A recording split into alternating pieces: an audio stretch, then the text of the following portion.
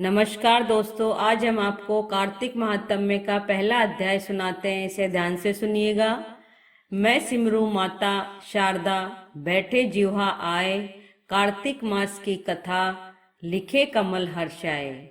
नैमिषारण्य तीर्थ में सूत जी ने 88,000 शौनकादि ऋषियों से कहा, अब मैं आपको कार्तिक मास की कथा विस्तार पूर्वक सुनाता हूँ, जिसका श्रवण करने से मनुष्य के सभी पाप नष्ट हो जाते हैं और अंत में वैकुंठ धाम की प्राप्ति होती है।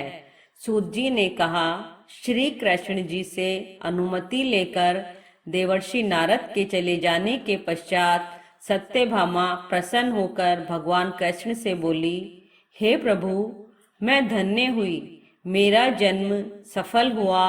मुझ जैसी त्रैलोक्य सुंदरी के जन्मदाता भी धन्य हैं, जो आपकी 16,000 स्त्रियों के बीच में आपकी परम प्यारी पत्नी बनी है।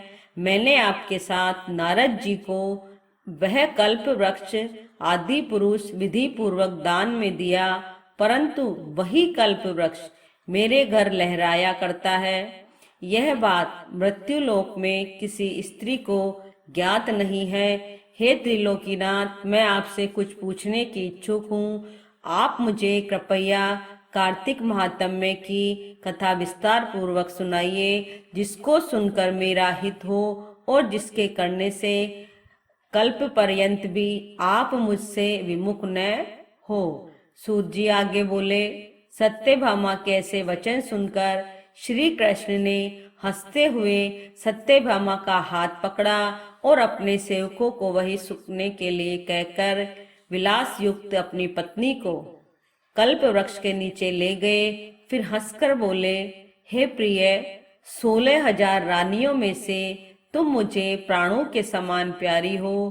तुम्हारे लिए मैंने इंद्र एवं देवताओं से विरोध किया था। एक दिन मैंने तुम्हारी इच्छा पूर्ति के लिए गरुड़ पर सवार होकर इंद्रलोक जाकर कल्प वृक्ष मांगा। इंद्र द्वारा मना किए जाने पर इंद्र एवं गरुड़ में घोर संग्राम हुआ और गोलोक में भी गरुड़ जी गोओं से युद्ध किया। गरुड़ की चोंच की चोट से उनके कान एवं पूंछ कटकर गिरने लगे, जिससे 3 वस्तुएं उत्पन्न हुई। कान से तंबाकू, पूंछ से गोभी और रक्त से मेहंदी बनी। इन तीनों का प्रयोग करने वाले को मोक्ष नहीं मिलता। तब गोओं ने भी क्रोधित होकर गरुड़ पर वार किया, जिससे उनके 3 पंख टूटकर गिर गए। इनके पहले पंख से नीलकंठ, दूसरे से मोर और तीसरे से चकवा चकवी उत्पन्न हुए। हे प्रिय, इन तीनों का दर्शन करने मात्र से ही शुभ फल प्राप्त होता है। यह सुनकर सत्यभामा ने कहा, हे प्रभु, कृपया मुझे मेरे पूर्व जन्मों के विषय में बताइए कि मैंने पूर्व जन्म में कौन कौन से दान, व्रत व जप नहीं किए हैं। मेरा स्वभाव कैसा था, मेरे जन्मदाता कौन थे और मुझे मृत्युलोक में जन्म क्यों लेना पड़ा। मैंने ऐसा कौन सा पुण्य कर्म किया था जिससे मैं आपकी अर्धांगिनी हुई। श्री कृष्ण ने कहा, हे प्रिय, अब मैं तुम्हारे द्वारा पूर्व जन्म में किए गए पुण्य कर्मों को विस्तार पूर्वक कहता हूँ, उसे सुनो। पूर्व समय में सतयुग के अंत में मायापुरी में अत्रि गोत्र में वेद वेदांत का ज्ञाता देव शर्मा नामक एक ब्राह्मण निवास करता था। वह प्रतिदिन अतिथियों की सेवा, हवन और सूर्य भगवान का पूजन किया करता था। वह सूर्य के समान तेजस्वी था। वृद्धावस्था में उसे गुणवती नामक कन्या की प्राप्ति हुई। उस पुत्रहीन ब्राह्मण ने अपनी कन्या का विवाह अपने ही चंद्र नामक शिष्य के साथ कर दिया। वह चंद्र को अपने पुत्र के समान मानता था और चंद्र भी उसे अपने पिता की भांति सम्मान देता था। एक दिन वे दोनों कुश व समीधा लेने के लिए जंगल में गए। जब वे हिमालय की तलहटी में भ्रमण कर रहे थे, तब उन्हें एक राक्षस आता हुआ दिखाई दिया।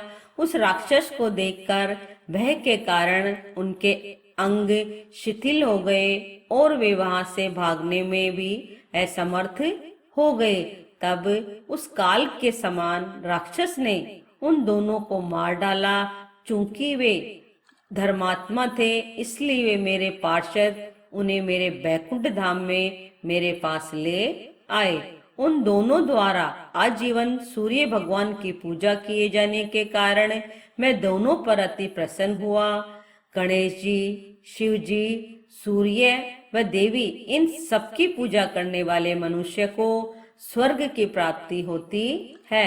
मैं एक होता हुआ भी काल और कर्मों के भेद से 5 प्रकार का होता हूँ, जैसे एक देवदत्त, पिता, भ्राता आदि नामों से पुकारा जाता है। जब वे दोनों विमान पर आरूढ़ होकर सूर्य के समान तेजस्वी, रूपवान, चंदन की माला धारण किए हुए मेरे भवन में आए तो वे दिव्य भोगों को भोगने लगे। यहाँ कार्तिक महात्म्य का पहला अध्याय समाप्त होता है। आपको वीडियो पसंद आया हो तो इसे लाइक कीजिए और चैनल को सब्सक्राइब कीजिए। जय जय श्री राधे।